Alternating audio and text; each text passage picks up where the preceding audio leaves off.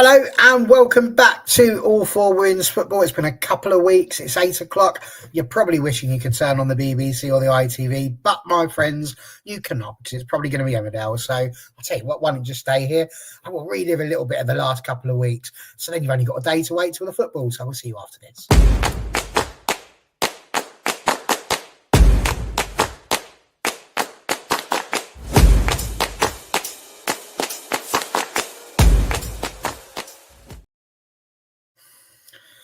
Yes, we are back. And as you can see, we've got our esteemed panel back together to talk all about Euro 2025. It's been quite a journey.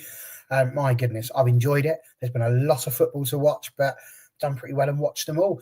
Let's have a chat with some of the people who have watched it along with us. Liberty, lovely to have you back on the panel. How are you feeling? Enjoying it so far? Hello. Yes, I have. It's been unexpected in a good way. I think tournaments can be quite boring if you can just sort of know what's going to happen and everything's as expected. So it's been quite unexpected. Before we start talking about the Euros, could I actually quickly say something? And I hope you don't mind because I think you'll appreciate this, Barry. But I just wanted to say a happy retirement to Tobin Heath from everyone. Because obviously we had the news in the last couple of days that she officially was retiring after sustaining injury a couple of years ago.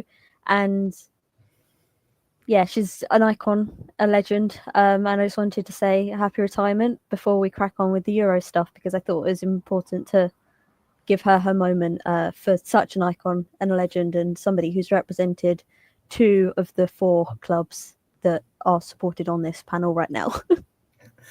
No, absolutely a great player and someone who will ride off into the sunset of their career, and rightly so. And it's been a really good watch. So yeah, nice thing to throw out there. Well done, you, Freya. Poor Freya. Like most things, a bit like antibiotics and things like that, you're kind of told not to just stop them. So as a result, poor old Freya, who's been doing podcasts literally every single day at 8 o'clock, we thought we'd just give her a little smaller one that's only about an hour long so that tomorrow everything's back to normal. Freya, how are you? You must be shattered. What can I say? Many people have got addictions to other things. Mine clearly is football. So there we go. But you know what? It's been a bit like what Liberty said earlier. It's been so against what I initially thought these group games are going to be. So it's been chaotic, it's been dramatic, and I've loved every minute of it. So yeah, after this, I'll have a well-earned sleep, and then ready to go again on Wednesday.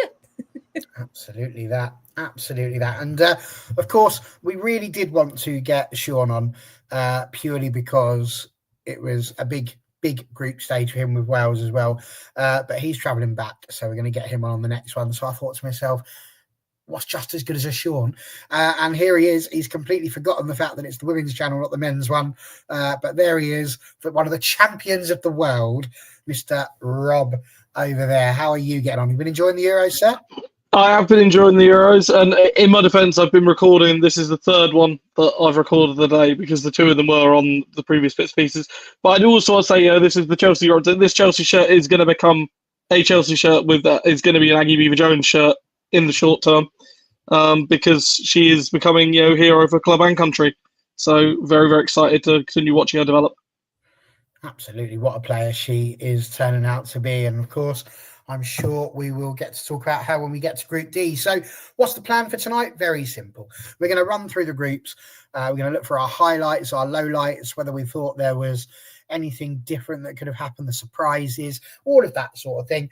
And then, of course, we're also going to run through, certainly in terms of Liberty, Freya and myself, how good or bad our punditry skills were. We're going to worry whether or not the people like Enya Luca and Alex Scott need to be worrying for their jobs or not. And then we're going to start looking ahead to the quarterfinals, by which point you might have worked out we haven't got a clue what we're talking about. And so therefore, it's probably not worth listening to us for that. But we shall see what we can do. And it'll be fun to see who Rob thinks is going to make it to the semi-finals as well. But we have to kick off with Group A. And I mean, Group A, I said the day that we did this conversation and we were looking at that, I called it a bit of a group of death because I just didn't feel that anybody really stood out as being someone that was going to take the group by the horns and dominate it. And so it sort of proved, really, because it sort of went all the way around. We all thought Norway were going to struggle because that's Norway for you. They ended up smashing it, winning the group. Lots of us thought Iceland were going to do incredibly well. Didn't do that great at all. None of us really spoke about Switzerland.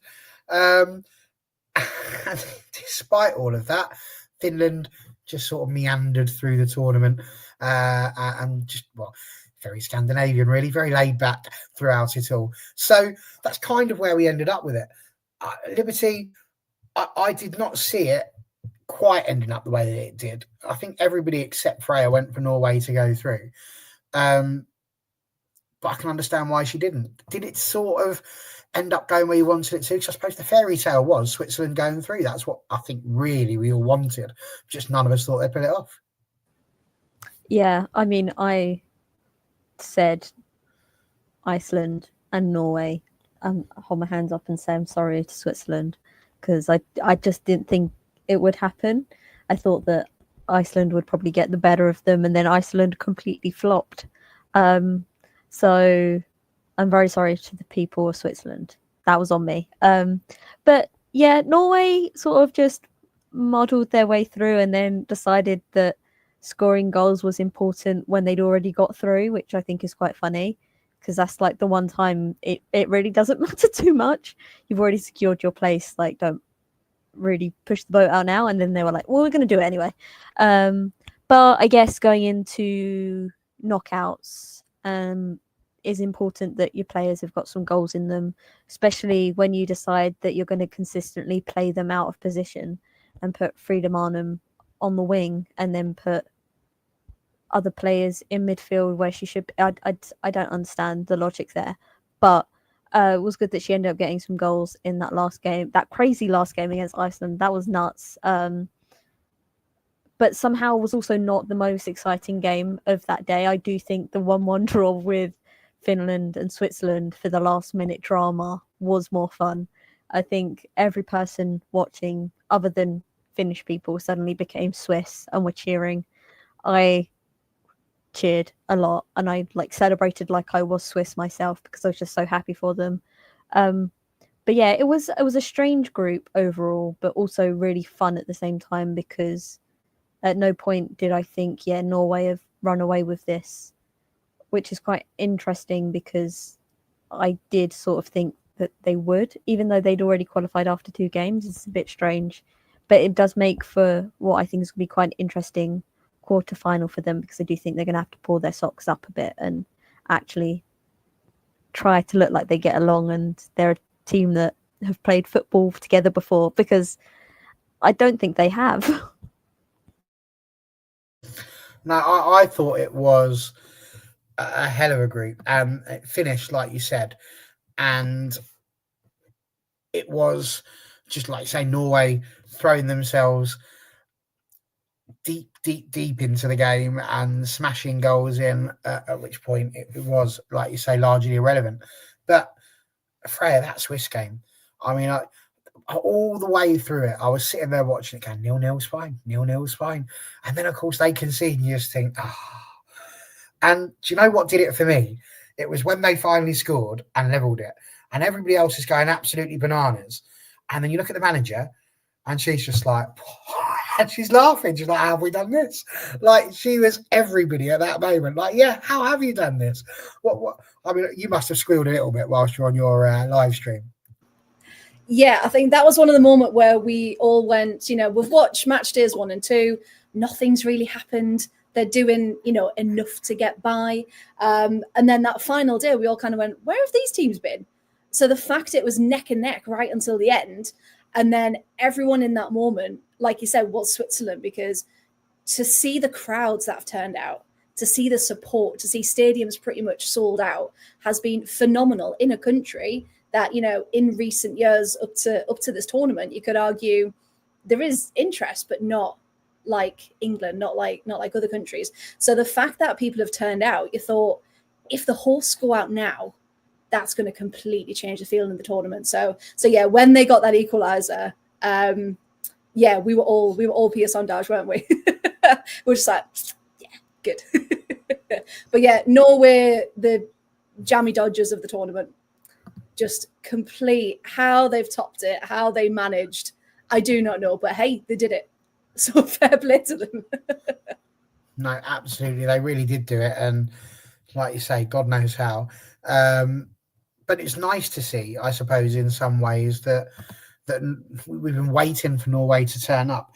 Rob, for you, I mean, we've spoken before on different channels about how good or indifferent Norway seem to be at these competitions, but it seemed to me like the big change was Senior Gautza out front, because she was unreal. 2 goals, 2 assists. She just absolutely tore them to shreds. And this was an Iceland team, by the way, that were tipped like literally by everybody in our panel to go through.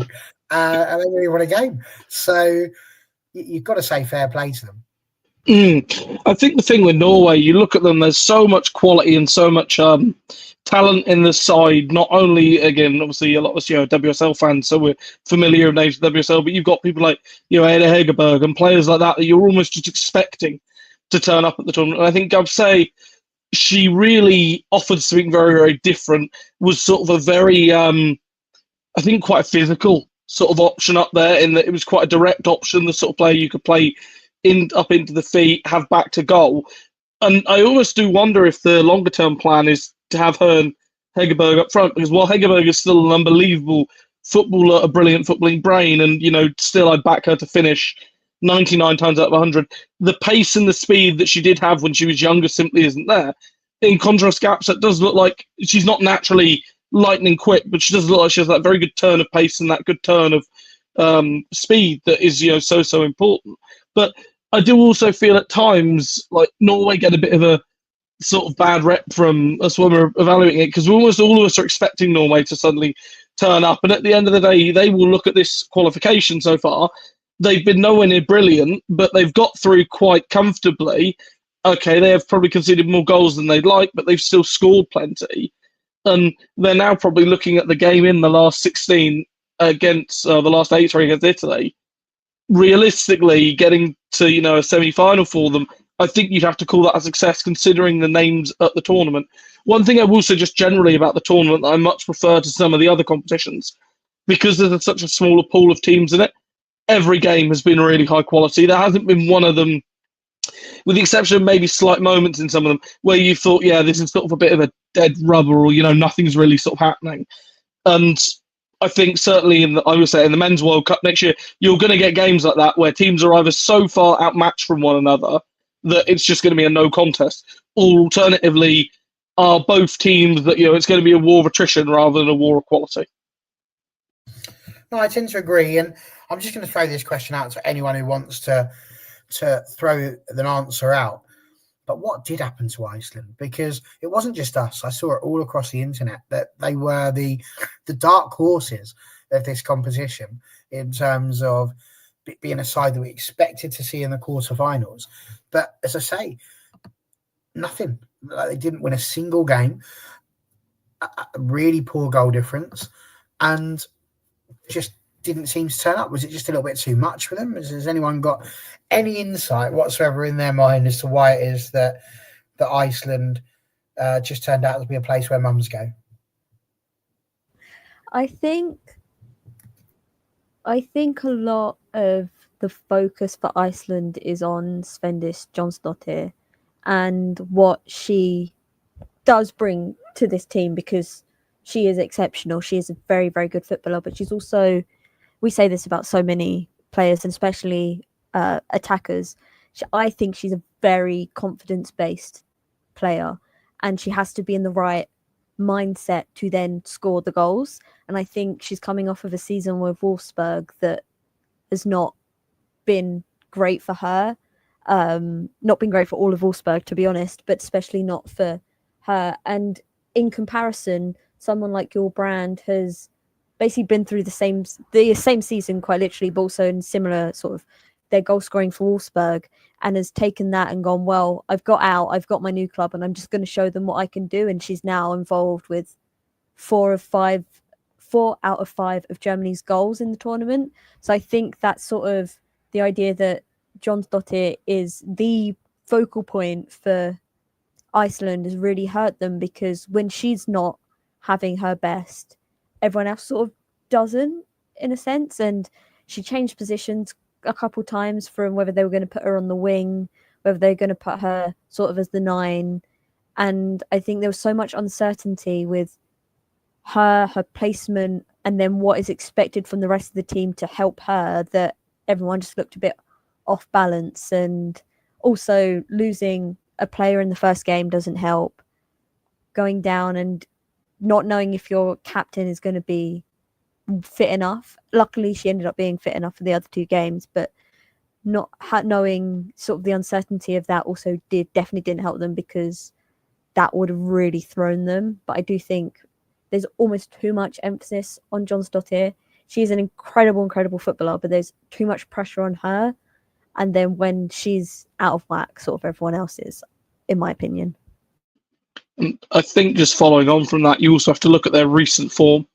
Like, does anyone know the last time, anyone want to have a guess the last time that Iceland actually won a fixture? I know for a fact and certain it's not in 2025, because they've only lost or drawn in 2025. It's 363 days ago was the last time they won. They beat Poland 1-0 on the 16th of July last year. Since then, 2 losses to the United States. Okay, understandable. A 0-0 draw with Canada. Again, no goals. Lost 2-0 to Denmark, no goals. Switzerland 0, Iceland 0, no goals. Lost 3-2 to France. Unlucky, but again, loss. 0-0 against Norway, no goals. 3-3 draw, but again, not a win. 1-1 draw, but not a win. Lost 2-1. And then they won the 3-1 friendly against Serbia. However, looking at that, Serbia appear to have pretty much played a B team. So I'm not really counting. That's the last competitive result was a year ago, effectively. And when you come into a tournament, I think in that sort of form, it's pretty horrible. Like, and I think that's really what sort of did for them most. I mean, they've got, as you said, they've got talent in Jónsdóttir, and there are good players in the side, but they just didn't turn up. And that's the one thing.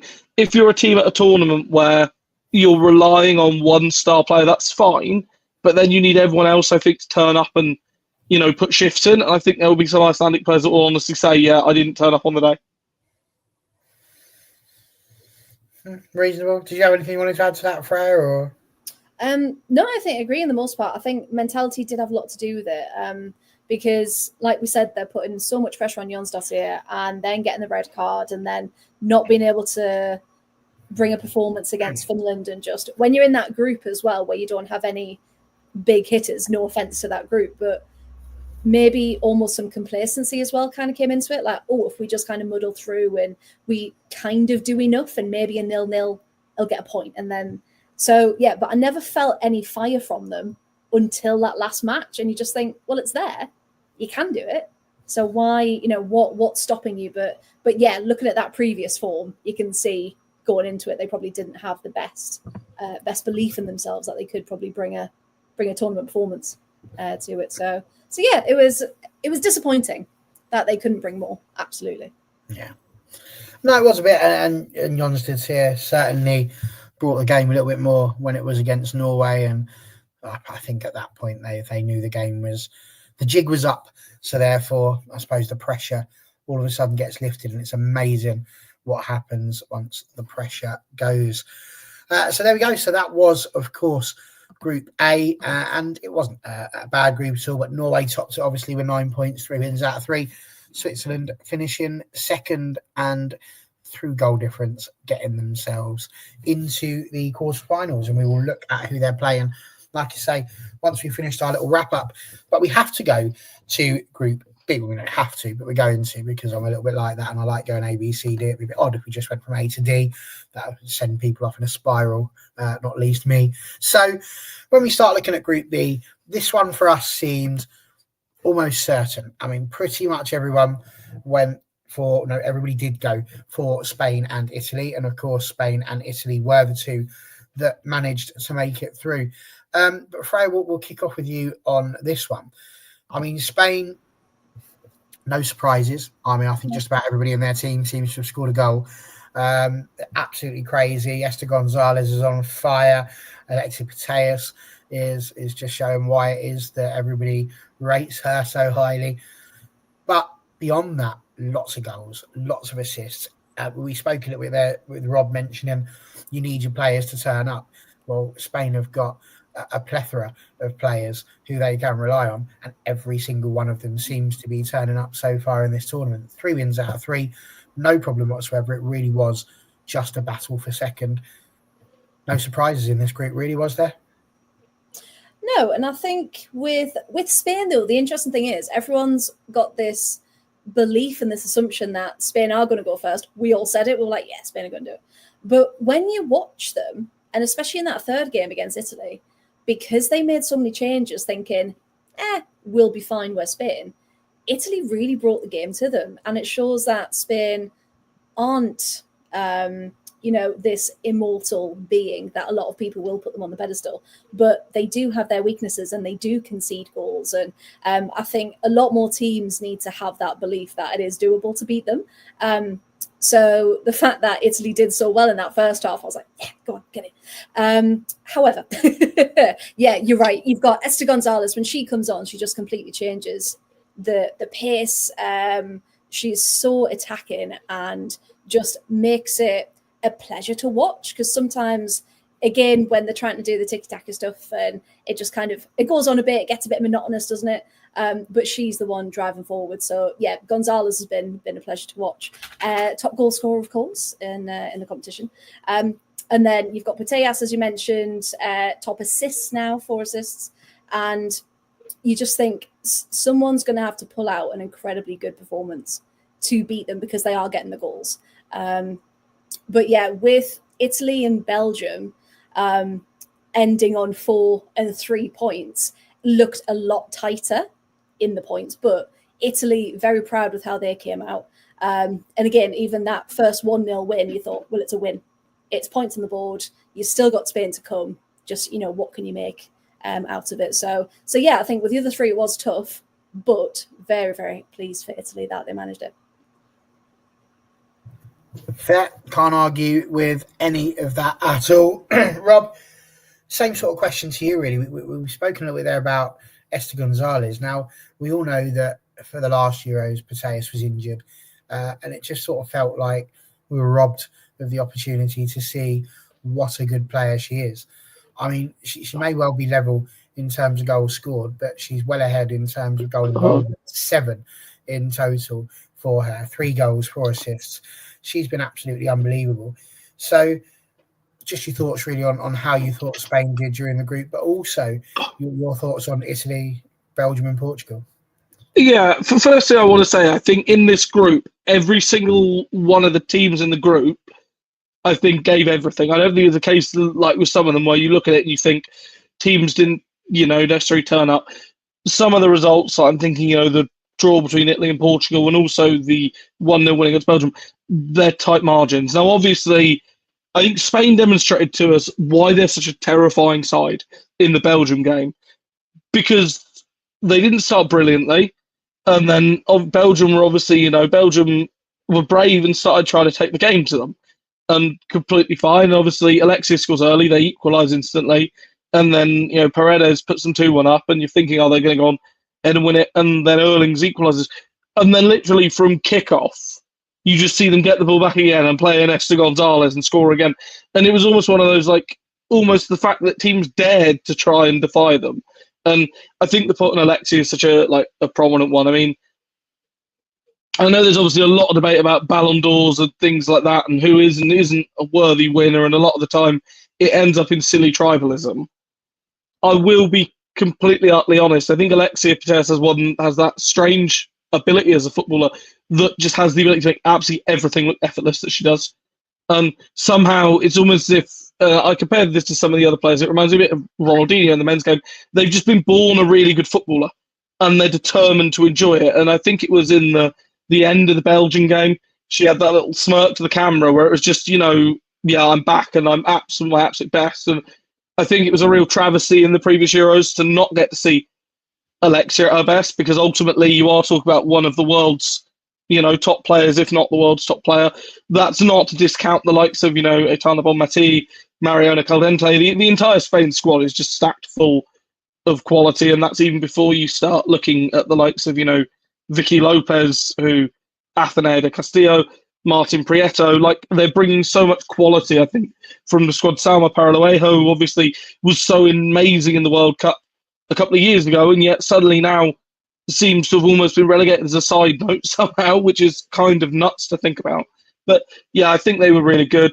A shout out to Italy. I think they actually defended really, really well in this tournament, even in that Spain game.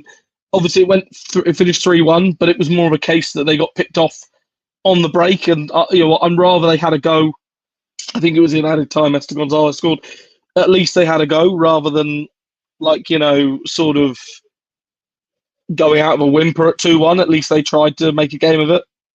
And yeah, I think with Belgium and Portugal, I think this was the group where first we always thought it was going to be Spain, and then second was up for grabs for all three teams. And congratulations to Italy. I think Italy-Norway will be a really interesting game, because Italy have the ability to defend really, really well. Norway have the ability to just find what's needed at times, but if they aren't necessarily firing, they aren't really look like breaking down packed defences. And I do wonder if that's one of the ones where Italy will think about that. We'll sit in, we'll frustrate them, and then have the quality on the break and the ability to break on them and the chance to, cause an upset. No, absolutely. We just saw there the message from Anton saying England were lucky Pateas got injured in the 2022 Euros. It was their best year. I mean, possibly, but there were so many injuries before Euro 2022. It was almost like just a domino effect of people that weren't able to make it into that tournament. It was quite sad to see, but we're seeing her now, and my goodness, is she stepping up to the plate. Liberty, Group B, as I say, it was not really much of a surprise. Were you impressed at all with Belgium and Portugal? I mean, Belgium obviously got their 3 points just through beating Portugal on the final day. Portugal did manage the draw, obviously, against Italy, which I think was probably the shock. People were wondering if maybe Portugal might be able to try and find a way to steal that second spot. Anything to say about them? Yeah, I think I was impressed by Portugal purely for the fact of for the first game, and all three games really, they were without their best player at her best in Keegan Nazare. Obviously she ended up playing 70 odd minutes in the second game, in the Italy game, and then upwards of 90 in the last game, which is insane because the Italy game was her first game since the 12th of March. But for a team that were without their best player, and I think, they would all sit here and also say she's their best player. I was quite impressed that even though obviously that first Spain game was just Spain more showing off what they could do rather than an issue with Portugal, I think. But I was impressed that they were still able to do as much as they did without their best player at 100%. I would question if the manager's going to stay on. He's been there for over a decade now and has not really got the best out of these players, especially in recent years. So I'm questioning whether something needs to change there, purely for the fact of this is a Portugal team with some really, really excellent players, and it's almost like he is the issue more than them. But I think that's a thing for obviously their peoples to look at and to maybe change. But it is something that's potentially been exposed in the tournament. I almost expected more from Belgium, I think, purely because we sort of saw what they can do, especially against England in the Nations League and stuff. We saw how they can really bring a game to a team and beat them. But I guess maybe it was just too much for them too soon, but I did maybe expect more, maybe bring the game to them a little bit more, but I still think they were pretty good. So I'm really nitpicking and being quite like, or maybe a little bit, but I think overall it was a very good group. And I think, look, any group that's got Spain in it is going to be hard. And I think the rest of them did really good in the face of knowing that at some point they had to play Spain. But yeah, it was very entertaining as well. I thought this group, especially when you're watching, yeah, Alexia pop the ball around, and then she's assisted Claudia Pina, who's going to score a screamer, as she always seems to do. And then you've got Esther Gonzalez just popping out of nowhere. And I think she's probably fallen off a lot of people's radars since moving from Real Madrid to Gotham. But she's been excellent in the NWSL this season. Really, really good. So I think it's quite nice that it's continued for her. And then I'm concerned that Spain don't have a plan B. And I think that's more on not personnel, but managerial as well. I'm not convinced by the manager at all. I don't think she's very good. And I think potentially it's more she's got such excellent players that they're doing her job for her. If I'm being really brutally honest, but look, any team that's got Alexia, that's got Aitana, that's got a midfield of Alexia, Aitana, and Patry is going to be excellent. So I do wonder how they'll change up for Switzerland and then potentially a semi-final of France or Germany, which is going to be really interesting for them and what they will change, because that is two teams that are completely different in style and in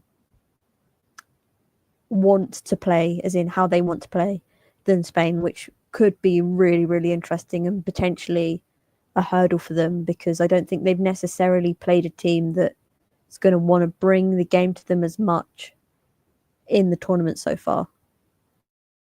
I think sometimes you need a plan B when your plan A is just win, and then you do like regularly by ridiculous amounts of goals. Who knows? But absolutely, what a group that turned out to be. And as we just mentioned, Brenda Rodriguez with a suspiciously Mediterranean / South American name there. So it could well be a Spanish or a Portuguese fan over here. Was very, very pleased about Italy doing well. So well done there. And Anton saying Spain don't need a coach. They won the World Cup with Vilda. Yeah, okay, maybe. Listen, Spain are just superb. We know that. So there we go. We are halfway through the groups. And of course, as we know, going through it in letter order, we are into Group C. And Group C is, I know for Liberty, a bittersweet group as it is, but so much good that came out of that group. It was unreal. Sweden topping it off with 9 points, Germany with 6, Poland with 3, Denmark taking home nothing other than their bus fare home, as they would have got on bullseye. It was unreal. I don't think any of them, I don't just think it, nobody thought that Sweden were going to finish top of that group. Everybody thought it was going to be Germany. To be fair, we probably didn't also expect Carlotta Wamsa to turn into the best goalkeeper that Germany have ever had, try and turn the ball around the post, get a red card, and then just sort of implode in a manner that hasn't quite been seen for some time. But my goodness, it is, for me, a hell of a group. I really enjoyed watching this one. And I suppose, Rob, we'll start with you on this one. Germany were, a lot of people's, including mine, were their pick to go on and win it. Do you think that game against Sweden has maybe humbled them a little bit and put us in a situation where we can't put all our eggs in the Germany basket? Or is it just one game? Before I do so, I just want to say, while on like the television and stuff like that, how fantastic Liberty was talking about Germany and Poland and all the other teams in this group during our content. It was actually really refreshing that they got a genuine expert on there, because I'm so tired of seeing channels not do that. So big up to yourself, Liberty. Even though you're far too modest, to talk about this sort of stuff. You should, because you're amazing at this sort of stuff. I think, to be honest, in this group, I do think that a lot of people underestimated Sweden to begin with. Like, this Sweden side have got a lot of very, very good players. They've got sort of quality all over the pitch. And in Joanna Ritten-Kannerud, they've got one of the most frustrating but at the same time brilliant wingers in the world, because Kannerud on her day can go past absolutely anyone. It's then a 50-50 coin toss as to whether she gets the end product right. If the end product is right, Sweden have the players that will take advantage of it. In the group stages, there were enough times Kannerud got that end product right, albeit there should have been plenty more. And I think a lot of people, like, this Sweden side is a very decent team. Like, it's the sort of side you're looking at that they could easily go ahead and win this tournament. And I will go ahead and say that they could easily knock out the Lionesses. They could easily get to the final. I could see them doing a job on anyone.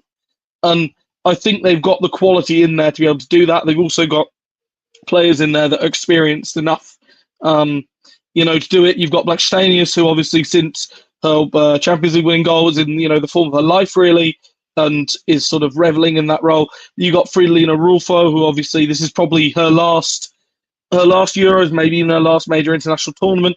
Bennison and Angeldal that really contribute and complement each other in the midfield.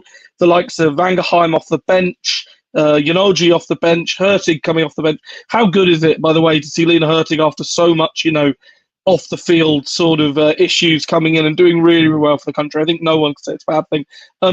I think from Germany's point of view, you watch them and they've played well in flashes, but there's not been one particular game where you've looked at Germany all game and thought, even in the opening game against Poland, where they did win it with relative ease in the end with the 2-0, there hasn't really been a game you've looked at them and thought, yeah, they're at their absolute best and they've really clicked. And I think the Sweden game, it was a case of they took sort of the early lead through Jula Brandt, but you said you didn't feel like the old days of Germany where they just build on this lead and they build on it with confidence and have the quality to do so. And, I think ultimately it was probably going to come down to Sweden and Germany in this group. No disrespect to Poland. I don't think they quite got the quality across the board. And I think Denmark are, again, one of the real big disappointments in there, because Denmark have good players, but again, just didn't really. They are players, again, I think they will look at themselves and say we didn't turn up in this tournament. Reasonable. And I'm glad we've left you till last on this one, because as Rob mentioned, you've got a fair bit of knowledge of Germany, but you also had all the knowledge of Poland, hence why we brought you on a few weeks ago specifically for that. And I mean, we could easily wax lyrical about how Sweden and Germany both did, but I mean, it was Poland's maiden tournament, their first time in the big leagues, and all right, they didn't make it through, but they still got a win.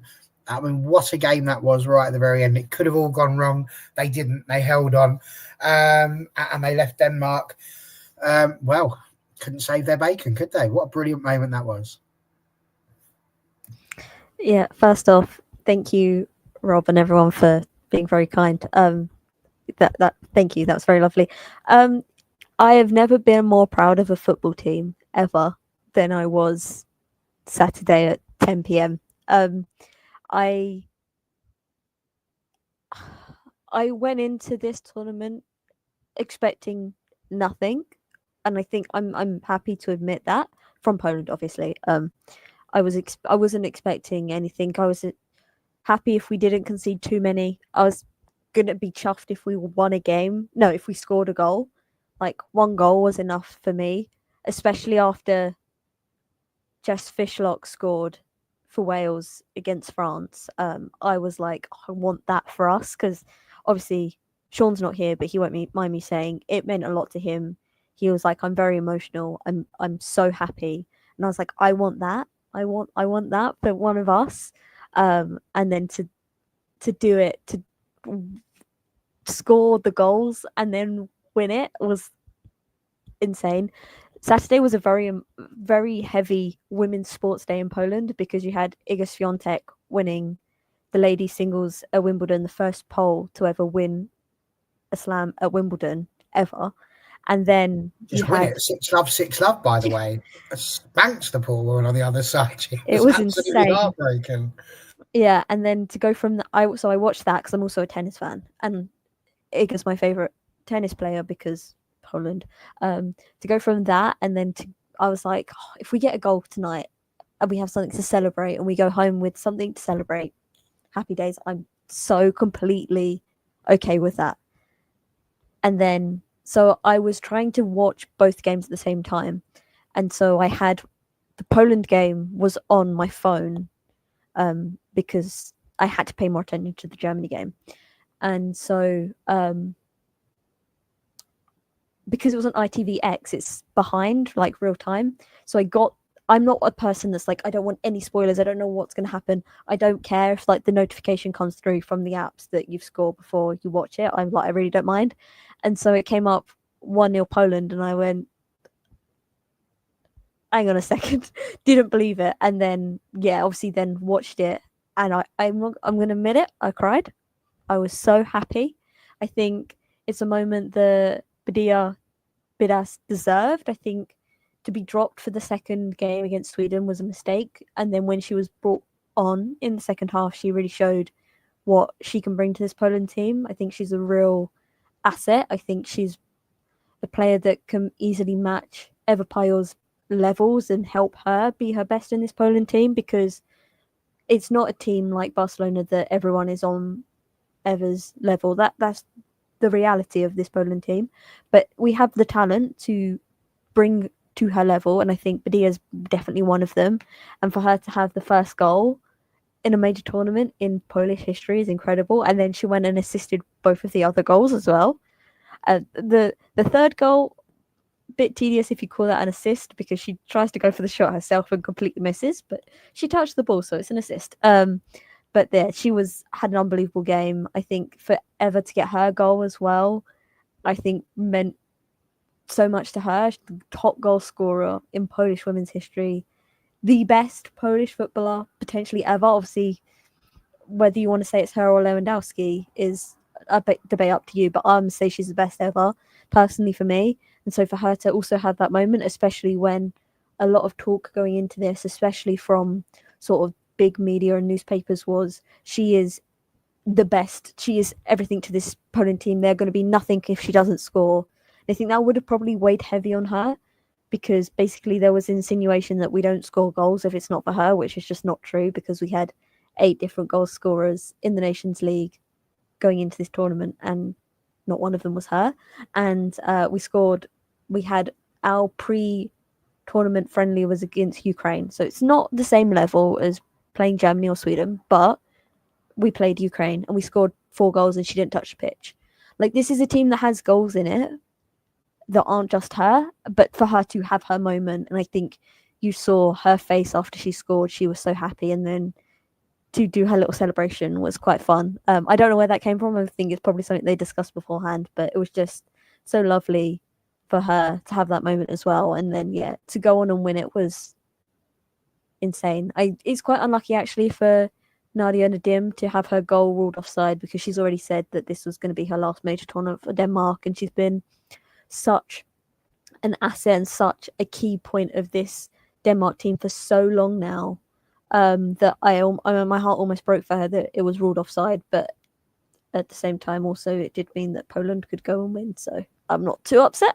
But yeah, I was so happy just to go home and to know that we gave it our all. And I think even against Germany and Sweden, we gave it our all. We really tried, especially the Germany game. I think we surprised a lot of people with what actually we can do and how much we can frustrate teams.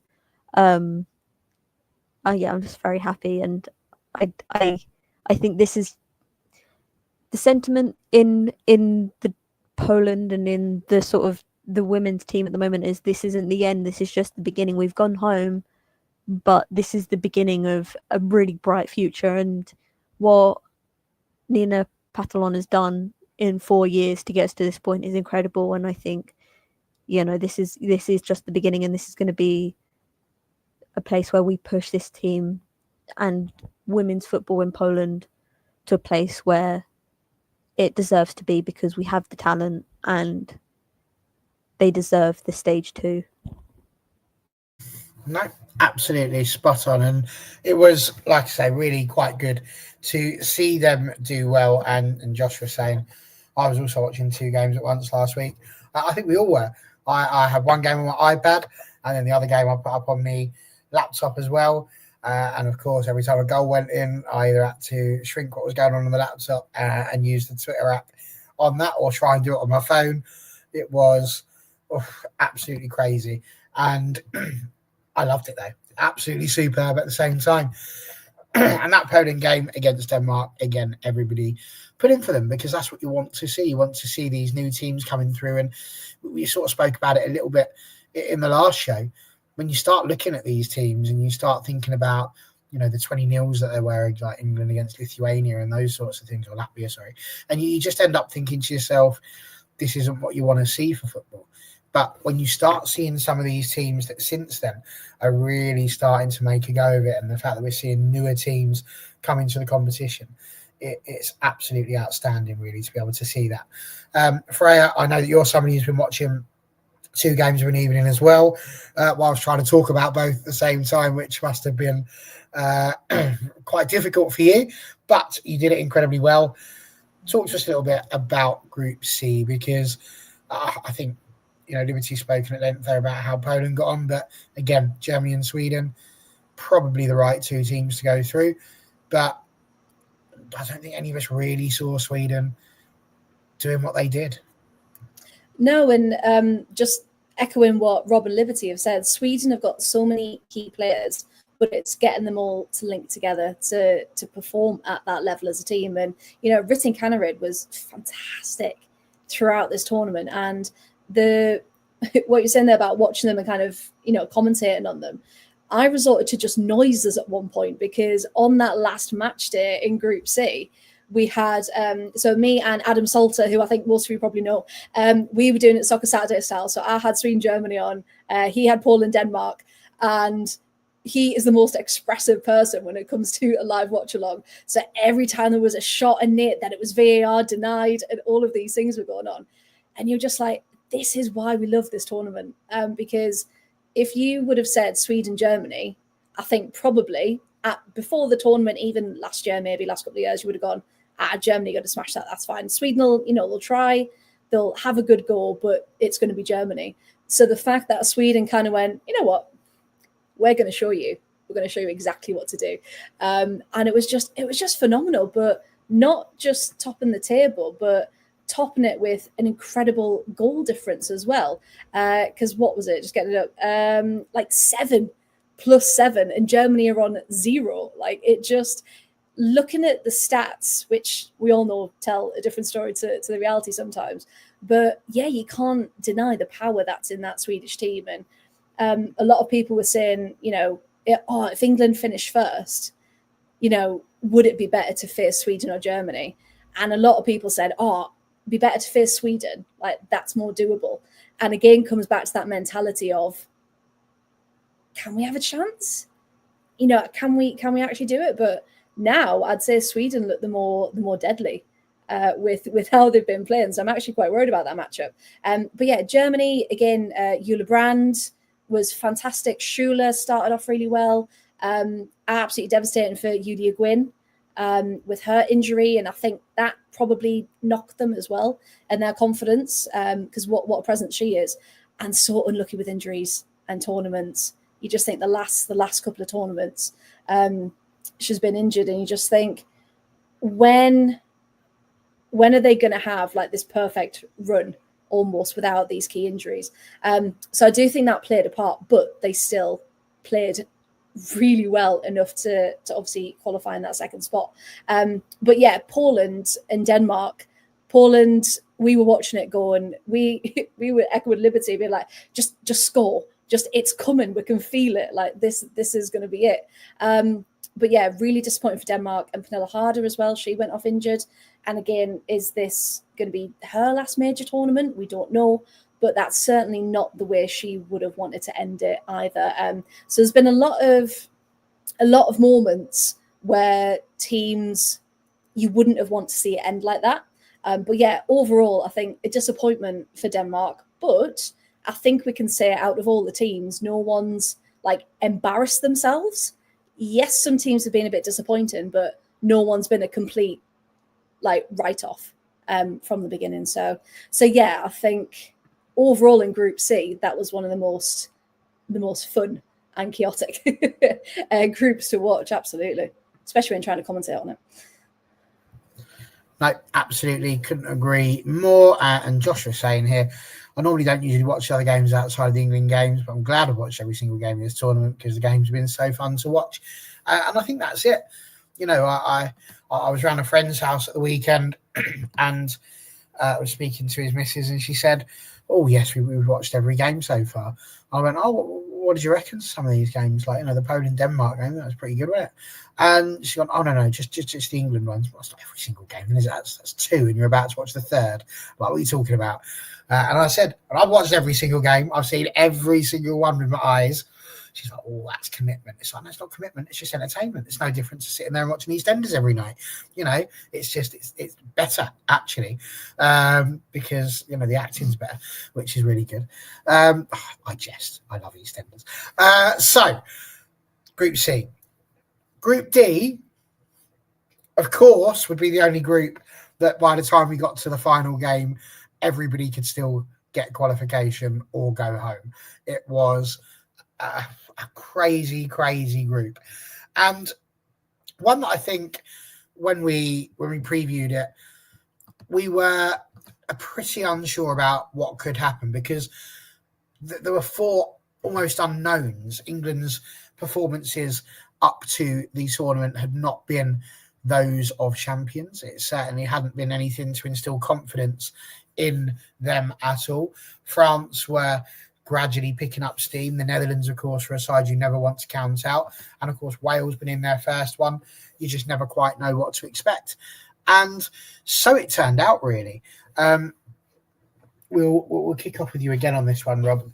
I found myself with this group having a multitude of feelings. Now, what I'm about to say is probably going to come across as a little bit of sour grapes, but that VAR decision for England against France right at the very beginning, number one, I mean, it took almost 8 hours. I think I managed to cook an entire lasagna in the time it took them to decide whether or not she was offside. And the frustrating bit was that I still, to this day, can't see on that picture what part of Beth Mead's body is offside, because all I see is the French arm being through, and I'm like, well, that makes no sense. But you know the next phase was likely to have an offside, so why they didn't just go to that one and go, she's offside there, and make it a lot clearer, I don't know. Freya's mentioned VAR in this tournament. It's been hit and miss. I'd say largely better than the men's game, but this offside thing, I'm just not sure about it, because I'm looking at a lot of these pictures and I'm like, what exactly is it that you're seeing that the others aren't?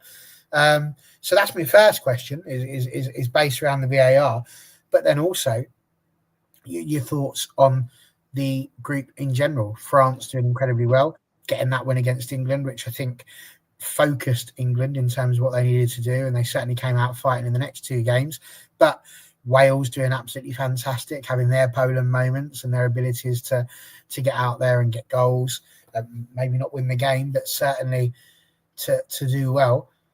And the Netherlands, dare I say it, the Netherlands are very Norway-esque in this one, just not really hitting the levels that we know they're capable of. Yeah, I mean, I don't want to go on too long about officials. You know, I have a reputation for criticising officials on a regular basis, and I'm trying to steer away from that as part of my, my revamp. That's why we came to first. Yeah, I'm well aware. No, I know. I must admit, I thought the VAR, the VAR calls are taking too long. And to be honest, I've listened to a couple of things, and someone said a view that they think if the VAR can't find something in 30 seconds to send someone to the screen, stick with the on-field decision, because VAR was not brought in to deal with, the two hairs of Beth Mead's ponytail being offside, or a big toe being offside. It was brought in to deal with clear and obvious mistakes, and that wasn't a clear and obvious mistake in any way, shape, or form. That said, England after that moment until about the 85th minute were really, really poor. So I don't want to criticise too much about that. Turned it around in the Netherlands game. I think in many ways they kind of needed a game like that France game to remind them that actually, you're back in a tournament now. It doesn't matter that you won it, the last one. this is a complete different ball game. And I think in many ways it kind of it sort of focused the hearts and minds. I also do think it was probably a better thing playing France early on, getting that out the way. I don't think England necessarily wanted to go to the, say, final game, needing points against France. That wouldn't have been a fun situation to be in, as the Netherlands found out themselves. I want to give some credit to Wales, actually, because there was, I've seen some really harsh comments in the last few days about Wales, about Rhian Wilkinson. Them qualifying for this tournament was a major achievement. I'm delighted that Jess Fishlock scored because, again, in a similar style to so many other names, a case of a player who's given so much for their country and never really got the recognition that they deserve for it. Fishlock is a world-class footballer who, again, I hate to use the phrase of it, but I've used it about Aaron Cuff, but about other names as well. If they were English, they would get so much more respect in general from the punditry. I must admit, I quite like Hannah Kane's celebration at 5-0 down, scoring a screamer. If you're going to score in the Euros, at least celebrate it. No point going and collecting the ball. Go out and celebrate it a bit.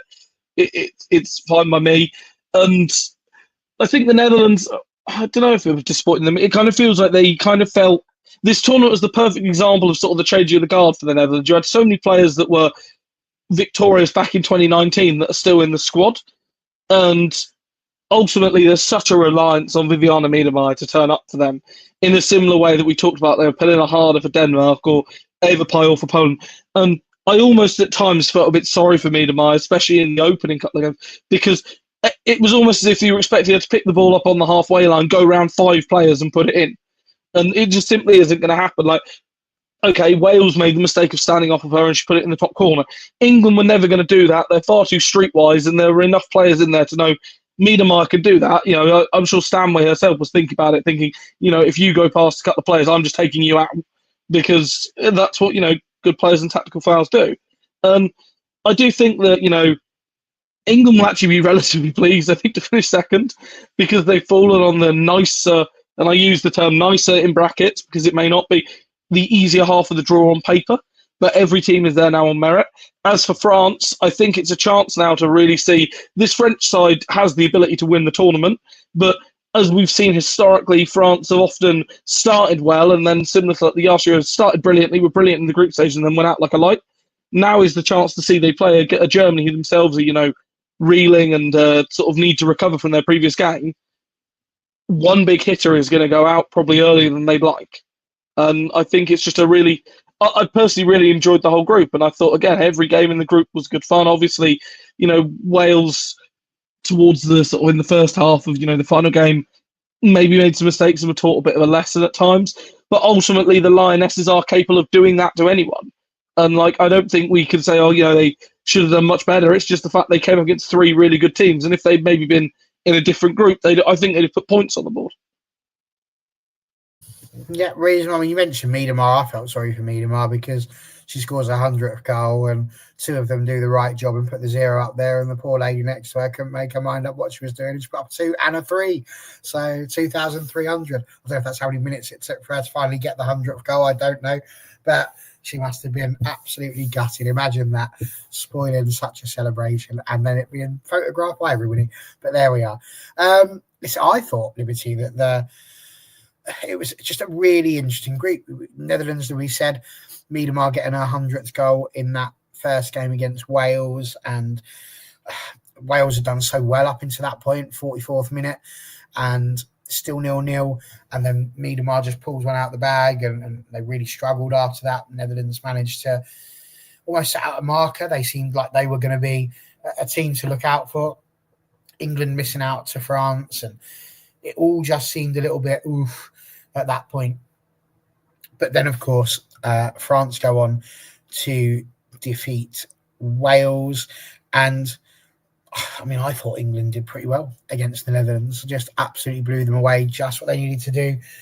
And then, of course, you end up in that final game with England just bopping Wales, really. And we were talking backstage. I thought that was a really unfair thing for Wales to end up losing 6-1. But Joshua put up here a bit earlier on what happened to Wales being a powerhouse, according to Sean. Now, we all know that Sean gets a little bit overexcited when he's talking about Wales against England, and it's perfectly understandable.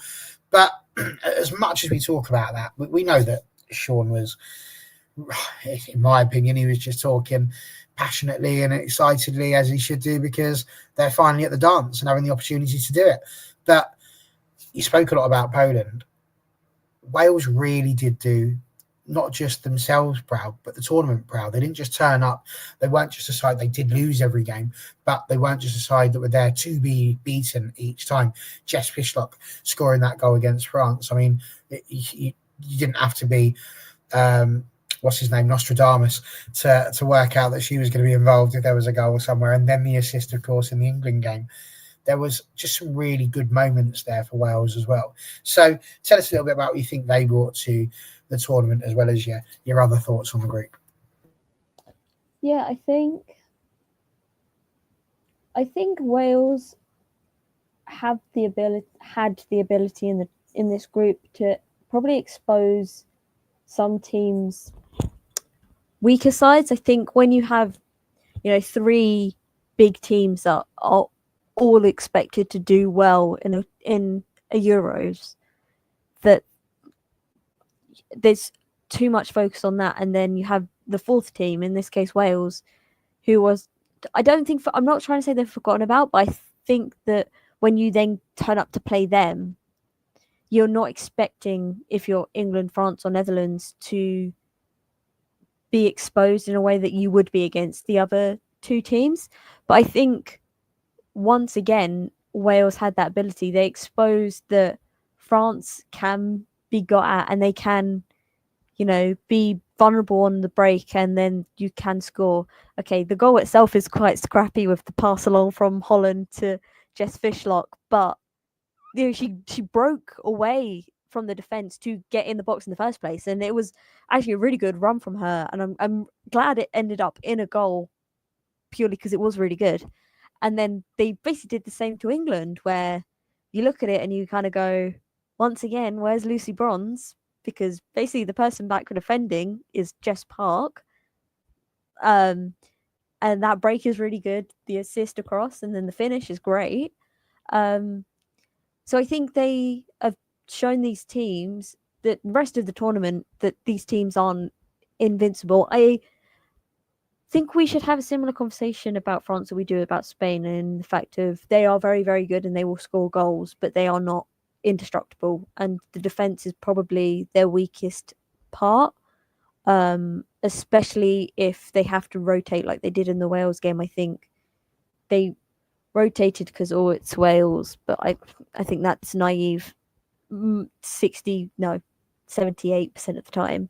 That was really specific. I don't know why I said 78%. That was really strange.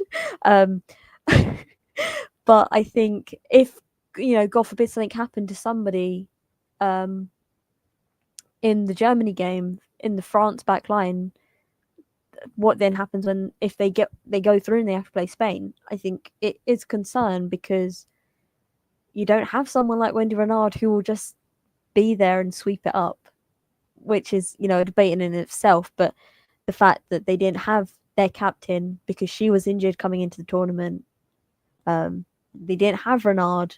It is a concern, because I do think they are, not indestructible. No, they can be got at. And then once again, it's shown in the Netherlands game that the fact that Netherlands can get two past them without Viv Miedema. She doesn't play. She doesn't start in that game. I don't know what this man's trying to prove. Nothing. I don't understand that at all. And I agree with Rob's sentiment of this is a changing of the guard for the Netherlands. I think they have very, very talented youth coming through. Then also he's starting Spitzer, and I think she's so past it now. She was once a very, very good footballer for the Netherlands, but she's so far past it now. I don't understand how she's in the squad. I'm going to be really honest. I think she's just very much past it now. No, the fact that then she starts against France in the back line, I'm like, give your head a little bit of a wobble, I think. But also he's the man who put Esme Brunks as a fullback, and she's just not a fullback, and she was trying to defend Lauren James, and I actually felt really bad for her, because no fullback wants to try and defend Lauren James, let alone a winger who's been forced into a fullback. That just feels like my worst nightmare.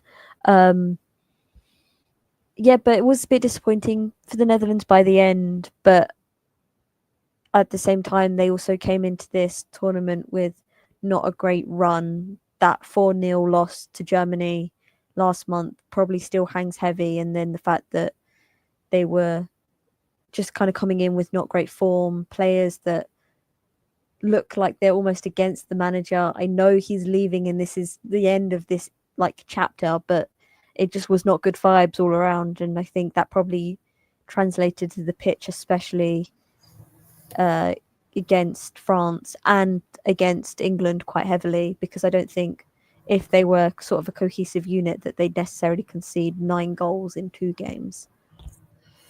No, absolutely fair on that one. Fran, I'm going to let you answer this question. Josh, you're asking, do you think it was a foul by Wales on Stanway? It was a penalty. I think it was Carrie Jones who made the tackle.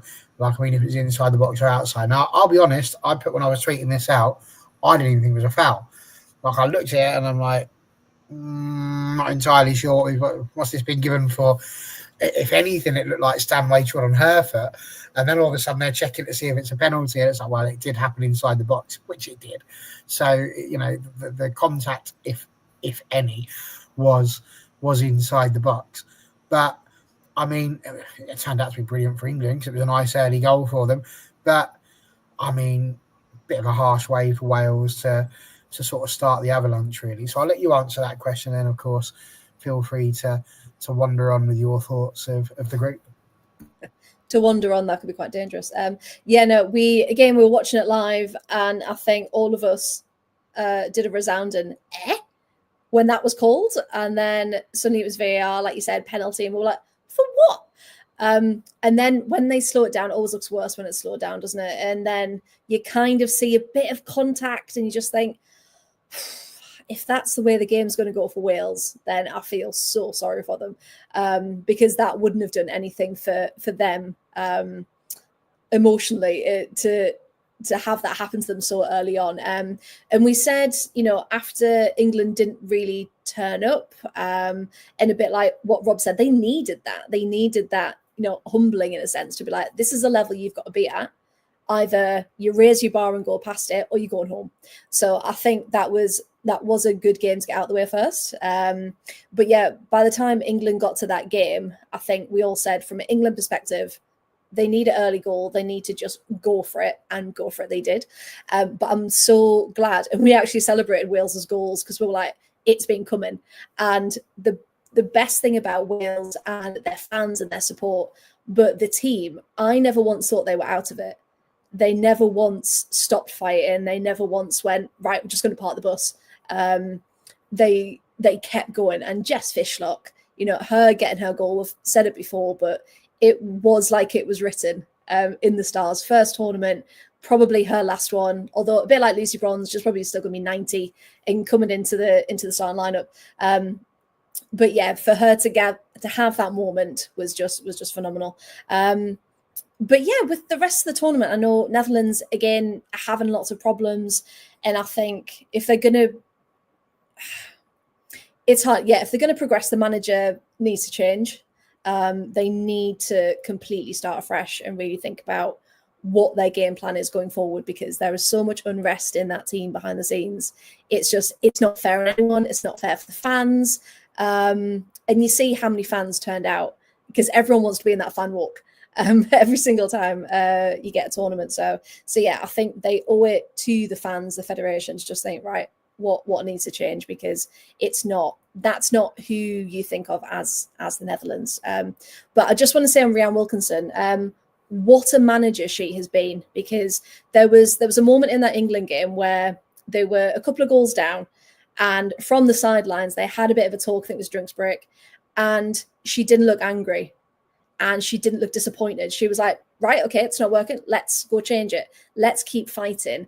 And that's the kind of manager Wales need to keep pushing them forward. And, you know, she said at the end, if anyone caught a post-match, you know, we're not fit enough for this tournament because we've never had to play through the summer before after a heavy season. And, you know, we're not at the level we need to be, but this is why people need to invest in us.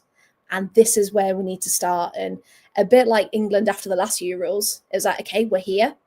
How are we going to get to that next stage? And I think the way she went over and shook all the hands fans as well, after it. And I just thought, what a class manager Rhiannon Wilkinson is. So anyone saying anything negative against her clearly hasn't watched any of these games or knows anything about her. So yeah, I think Wales did themselves proud, and there's only one way to go. But yeah, over the moon, England actually got through when they showed up, and they've done it. Arguably the better side of the draw going through, as we've mentioned. But yeah, I really hope something changes for Netherlands, because they can't continue the way they are. Absolutely right. There is only one way for Wales to go, and that is west, back to Wales, where they can go back to their lovely hilly place and sing their songs of victory and joy. So there we go. That was just for you, that, Sean. Just for you. Genuinely, the Welsh story is a crazy one. Let's not forget, it was only 2003 that they were removed from the European Championships to allow the money to be spent for Mark Hughes and their European qualifying campaign, and they just didn't even bother. Just took a fine. Just went, no worries, don't worry, we'll take that. When you let the girls play, which was just absolutely crazy. So the fact that 20 years later they managed to not just put in a full-time manager, but to be able to really start to grow their team is an important one. So very pleased that that has finally come around. Right, it's the moment everybody's been waiting for. How did we do? Well, Freya, I can confirm that in quarter finalists, you managed to get, out of the 8 that there are, 6 of them. Which was very good. Better than round 1. Yeah, you had Italy, Germany, England, Spain, France, and Sweden. The 2 that let you down were, of course, Group A, Finland and Iceland. So there we go. That was where it went for you. Sean, obviously not here. He also got 6. He got Norway, Italy, Germany, Spain, France, and Sweden. He went wrong with Iceland as well, but he also went for the Netherlands because he just couldn't bring himself to say the word England, and that has, I'm afraid, bitten him on the bottom on this occasion. I also got 6. I was Italy, Germany, France, Spain, Norway, and England. I went for 2 teams that got absolutely nothing, Iceland and Denmark. Denmark really letting me down there, so that was a real shame. But Liberty, you got Norway, Italy, Germany, England, Spain, France, and Sweden. 7 of the 8 teams.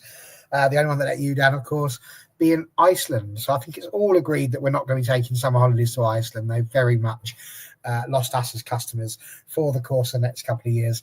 But well done, Liberty. You are the brains of the ball when it comes to the to the group stages. So congratulations. And looking at those quarterfinals, there's some humdingers in there. There really, really are. On our Twitter, we've been throwing out some bits and pieces. Spain and Switzerland is, I think, a really tricky one, because we're all going to be looking at that and thinking that's only going to end up one way. And it really just feels like a case of how tight can Switzerland keep the score, but you just never know. It's a fairy tale. Stranger things have happened, but Switzerland making it out of the group stages for the first time in their history. You've then, of course, got Norway and Italy, who are going to be playing. Norway having won it twice, Italy being the runners-up twice, and absolutely something that I think is a really big game. 2 teams that Norway, if they're on their game, could be absolutely superb. Italy, bit of a tricky one. People expecting them to do well. You've also got France against Germany, which, of course, is just a powerhouse one. Rob talks about teams potentially going out earlier than they would like to, but of course it was France and Germany that played in the semi-final. France's best finish, of course, on that case, it was Alexandra Popp scoring the first goal and Merle Fromes scoring the own goal for France, which was quite interesting. But the story that really got me, the one that I put out, I loved this. Sweden against England. Sweden, the first ever champions of the European Championships. England, the last champions of the European Championships. And Sweden won that inaugural European Championships all the way back in 1984 in a final against England. There was only 4 teams, and Sweden and England were the finalists of that one. And it's a really strange one. There's no country. It wasn't held anywhere. It was like an old-fashioned European Cup, because you would have a home leg and an away leg. So Sweden went off into that first game and, bless them, did incredibly well. And then somebody by the name of Pia Sundhage scored a goal for Sweden that put them 1-0 up. Then it went to Luton, by the way, for the return leg, the European. Christ, I feel sorry for them. The European Championship final was held at Kenilworth Road. I can't hide my disdain. But 1-0 was the scoreline. I think it was Laura Curl, I think was the name that I had. So she scores a superb goal, I presume. It's England, so it has to be superb. Sorry, Linda Curl, not Laura Curl. She scores 1-0. It's a draw. What are they going to do? Straight to penalties, of course. And who scored the winning penalty? Again, Pia Sundhage scored the winning penalty. And, of course, she is the current manager for Switzerland. And I love a little story. And when I found that it warmed me cockles. So I thought I'm definitely going to throw that story in today because that was a nice little bit of research that came out. So very much enjoyed that. But you guys, we really want to know what you're thinking. So feel free to run through the quarterfinals, and I will ask all of you at the end who you think's going to win each one. You will all answer that with one word. So for now, it's like you're opening arguments. So we'll kick off with Liberty.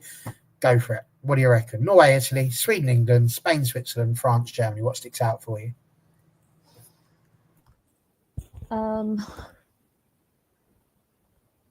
I think the best game is going to be Italy-Norway, because I think every other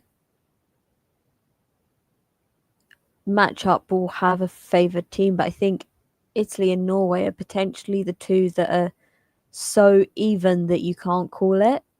I think that's going to be so interesting because it's either going to be the team that were unlucky to finish second. In Italy, I think they were unlucky to finish second. I think it was just in any other team, I think they probably could have, any other group, they probably could have topped the group. But Spain are just Spain. And Norway will, as I said earlier, will really have to pull their socks up and actually dig in to some of whatever they had against Iceland, because it's not going to be good enough to just sort of hope that you get an own goal or you get a last minute winner from Graham Hansen to do it, because that's not how knockout football works. You've got to be there from the get-go. I'm curious about Spain-Switzerland because I'm not sure how often the Spanish players are going to be playing in an environment where they are basically everyone else is against them, because I think even neutrals going to that game are going to be Team Swiss. I'm interested also, I think a standout player for a lot of people this tournament has been Geraldine Reuteler for Switzerland. And I'm going to humble brag. She was my player of the season for Eintracht Frankfurt. She had a really exceptional season, played 4 different positions by the end, which is just crazy. She basically played everywhere across the right in the end. She's a really excellent player, and I'm really glad she's had sort of her moment for Switzerland and these 3 back-to-back player of the match awards, because she has been really good. But I think she's going to struggle against a midfield of Alexia, Aitana, and Patry, if that is the 3 that is selected, which I imagine it will be if Aitana is now fit enough. Because I think she had a lot of freedom against Norway, Iceland, and Finland, because it's not the same level, but Spain's going to be a really different challenge. But at the same time, she is very much a player that will grab the ball by the horns and go for it. She really is that player to kind of do it and kind of push this team ahead. Obviously, she's the person who gets the assist for the equaliser, which was an excellent pass, by the way. That was really excellent. Her vision is really excellent. And I think, yeah, it's gonna be a challenge for Switzerland, but at the same time, I'm never gonna write off a host team, because if you'd have written off England in 2022, like we sit here 3 years later and we go, yeah, actually, Spain really should have won that game that day. Like, they were the better team, but England still did it, and they had that magic moment from George Stanway to win the game. And maybe Switzerland can have that, their own moment, whether it's Reuteler, whether it's, Leo Volti with a banger from somewhere, who knows, but I don't want to write them off. Germany will be out with a vengeance. I think they are a team that take a bad result to heart, because they want to be back to their best. And I think if I were France, I'd be scared, because I also think that, someone like Brand in such good form is really going to expose the French back line. Probably not the best way to get introduced to some of your new teammates if you're her going to Lyon, but at the same time, what can you do? It happens. And if I was England, I'd fear Sweden a lot. I'd really fear them, because I think they haven't lost a game in over a year now. The last time they lost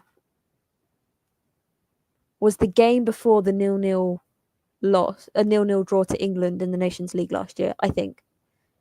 Nobody quote me on that. I think that's true. But it was that Nations League last year when they last played England.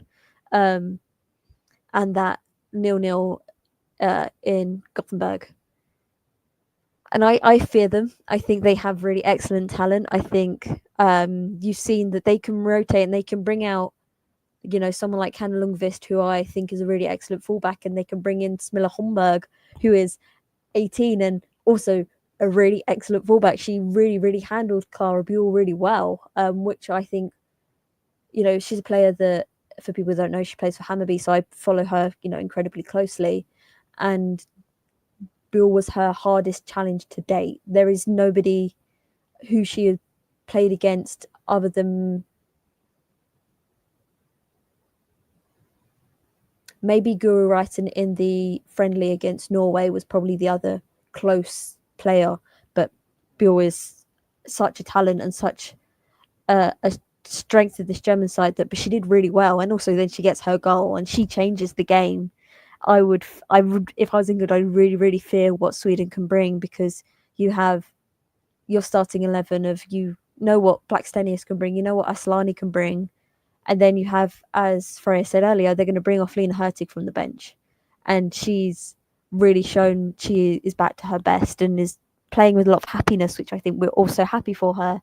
Then they'll bring on Ellen Wangerheim, another player I follow very closely, who can have her moment, and Yanagi, who can also have her moment. And it's a team that are, no matter what, they have the talent to do really well. And I would really, really be scared if I was England. I'm not saying that England don't have that at all, because they do. They have the talent to bring off the bench to get the job done. But I think Sweden have shown that they are a team to be feared, and they also have only conceded one goal so far this tournament. They are really excellent, and yeah, I think that's going to be a really interesting game as well. And I think it will turn out to be who's just having the better game on the day. Indeed, good summaries. Freya, which match sticking out for you? Ooh, let's have a look. I'm thinking there's not going to be much in them is the only issue. So looking at it, Norway, Italy, I want to say Italy. My heart says Italy. The only thing I'm worried about is the fact that Norway have found goals, whereas Italy have been struggling for them. So it will be down to, can Italy's defence hold out? Can they sneak in a few goals? Because obviously that helps win a game, doesn't it? So it's going to be, do Italy turn up? Can Italy turn up? But I can see them winning that one. I mean, France-Germany is like a semi-final final already, isn't it? So that's mad that they're meeting so early.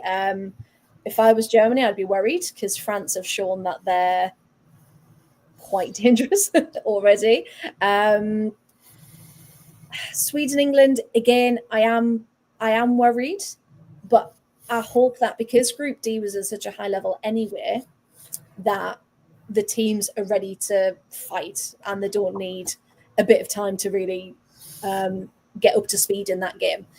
So I hope England can do it. Patriotically of me, I hope England can do it. But Sweden are a very, very good team. And I just want Lena Hurtig to get a hat trick. That's all I want. She managed one the other night, so if she could just do a couple more, that'd be that'd be great. But yeah, Spain, Switzerland. I really hope Switzerland make it hard for them. I hope it's not a demolition. I want them to get something from that. However, as we've said throughout, it is Spain. So not holding high hopes, but I really hope Switzerland can get something from that. Okay, fair enough. Rob has gone incredibly dark over there. There he is. He's alive again. Excellent stuff. Well done. Rob, what game sticks out for you in that quarterfinal lineup? I mean, they're all really good games. I think probably Spain, Switzerland, as we said, probably is going to be a case of how long Switzerland can keep Spain out before Spain inevitably break them down. Norway, Italy, I think is interesting. I do think that France-Germany game is a really interesting one. Because Germany, obviously, last time out beaten in the final, will want revenge. There'll be plenty of players there that want to get to a final again. France, as we've said, they don't want to be the reputation of, breeze through the group stage and then bottle it when it really matters. And whoever wins that, you most likely think are going to be playing Spain in the next round. So they're going to need to put in a performance to turn up and then beat the world champions. And I think that's really interesting. I think on the England-Sweden side of things, I think if England can steal Sweden, I think they will probably go to the final. And I think, to be honest, it probably ends up making me favourites for them for the final, because I think it will give them sort of confidence and sort of belief to get through to it. And I think they'll suddenly remember, hang on, we've been there before. This is a major thing in tournaments and in tournament football, is that knowledge and the ability to know that. I mean, the Switzerland Spain knockout at a major tournament. I mean, that said, football is unpredictable. And I'm thinking back to a few years ago when we had Sweden versus the USA at the World Cup. And I'm starting to almost wonder, are we due another fixture like that again, where a keeper just plays an absolute blinder, and then out of nowhere, one player just suddenly decides to turn up on the day and is like, I'm going to win it for them. Now, Spain are Spain, and I do think they are. I do think it's unlikely, but at the same time, it's knockout tournament football. And if there's anything I've learned in the last 24 hours, it's that if you spend ages writing off a team before they even kicked a ball, the chances are that team can actually really surprise you in a major final. And I think that's the big thing. Every team that's got to this point, in their mind, they'll be having some thought about winning it. Some will be thinking it more than others, but every single one of them will be starting to think at that moment, hang on, it could be our year, this could be our summer. Absolutely good. Well, I'm going to ask you all to unmute because we're going to quick fire these around. I'm just going to remind you, Freya, that you initially said the final four were going to be Italy, England, Spain, and Sweden. Already, you cannot have that because obviously England will have to face Sweden. So you're going to end up with 3 out of 4. You've definitely got one, that's for sure, because it's going to be either England or Sweden. So bright side. But we'll see what happens with the rest. But for now, we'll go round as well. Liberty, you said Italy, Germany, Spain, and Sweden. So Italy, Germany, Spain. So could still have those 4, but it would involve you being incredibly unpatriotic. And I went for Italy, Germany, Spain, and England. And I've stuck with that. So nobody needs to ask me what I've done. I've said Italy, England, Spain, and Germany will win. Over to you guys. So Freya, Norway, Italy. Italy. She's gone for Italy. Liberty. Locking in. The same, Italy. Norway? No, Italy. Sorry, Whoa. I was clarifying the question. I think Italy will win. I'm sorry, I was unsure of the question. Oh, wait, that's happening. Okay, Rob, what do you reckon? Norway or Italy? You know what? Seeing as they've just been so annoying throughout the tour, I think Norway will do it again. They're just horrendously appalling, 1-0 win or something with no redeeming quality whatsoever. Fair enough. Okay. Obviously, they will play the winners of Sweden against England. So, Liberty, are you sticking with Sweden or are you going to let your patriotic side take that? Because you thought England were going to be facing Germany. That's not what's happened. Sweden. She's got Sweden. I can't believe it. Outrageous. She's channeling her inner Sean. Freya? England, but England. just That's what I like to hear. Well done. And Rob? Yeah, England rolling back, a few years ago against Sweden again. Gonna roll back the 4-0 again. Absolutely need to. That is for sure. I can't see it somehow, but my fingers are firmly crossed. Freya, we'll go back to you for Spain against Switzerland. Spain.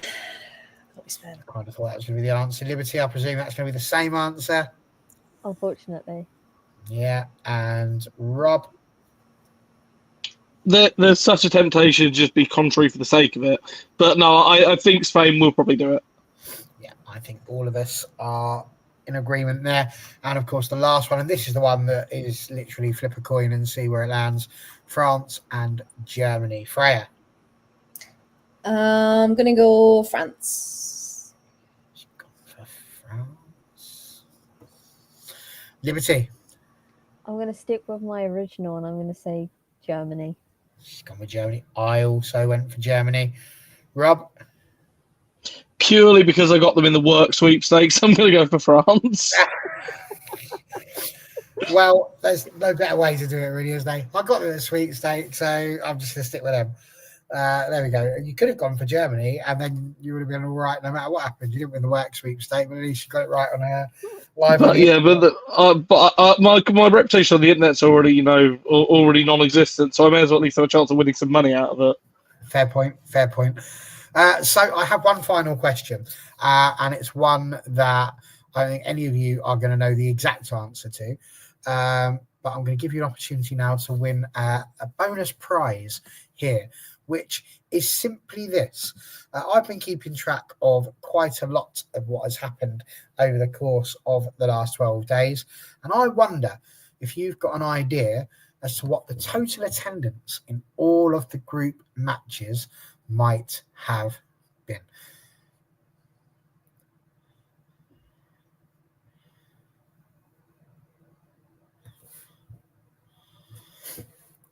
By any chance, is it 461,582? Because it's just turned up on my timeline. Rob, that's an absolute disgrace. It's literally the top tweet on my timeline right now. And I shared it earlier as well.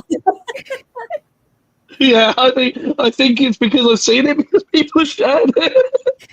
Have they literally just put that out there? They put it out there 8 hours ago. Yeah. That is so frustrating.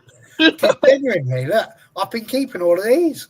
I was doing all of that. Who's been doing VAR and all that sort of stuff? I've done everything. I've put them all down. Honestly, I've been absolutely going mad at keeping these. Look at that spreadsheet. Scored, the appearances that they've been making, the team stats, all of that sort of stuff. And I'm absolutely gutted that somebody's just ripped that off there for what I thought was going to be a great question. And I'm even more upset that Rob just came straight out with the answer there. No wonder he's hiding in the dark. That's disgraceful behaviour. But there we go. You are indeed correct. It was 461,582, nearly at 500,000. Where's Joey Barton now? Nobody likes women's football. Probably more people that listen to your podcast, Sunshine. Guys, it's been an absolute pleasure to have you here. Rob, I was going to say, where could people see you? But it's certainly not in the bottom left-hand corner of this screen. Where can people find your work? They can find me at journalism_RP at this moment in time. And we're back onto the Women's Euro regular scheduling after a brief interlude for the Club World Cup final. Absolutely. Freya, where can people find all of your fantastic work and indeed some watch-alongs if they were thinking of hearing your dulcet tones during the game? Yeah, if you want to hear various noises, some human, some not, in our live watch-alongs, please do. So we're doing them every single night for the Euros, obviously when the football's on.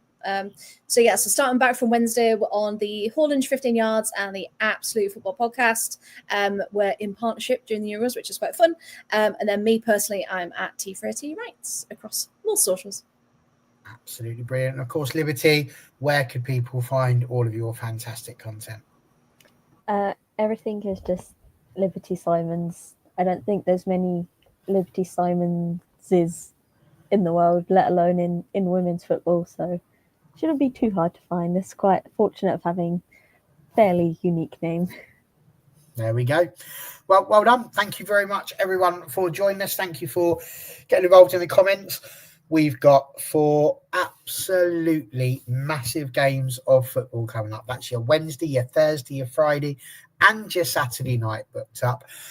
What are we going to be doing? Well, we'll probably get back together next Monday and have a little chat about what's happened at the quarterfinals and see whereabouts we're going to be with regards to the semi-finals. Will England be a little bit of a step closer to holding on to their title, or will Sweden have broken the hearts of English fans everywhere? And one way to find out, and that's to watch the football. So we're going to let Freya go and get some sleep. She'll be back on Wednesday, and we will be back next week. Thank you very much for your time. Take care. See you next time.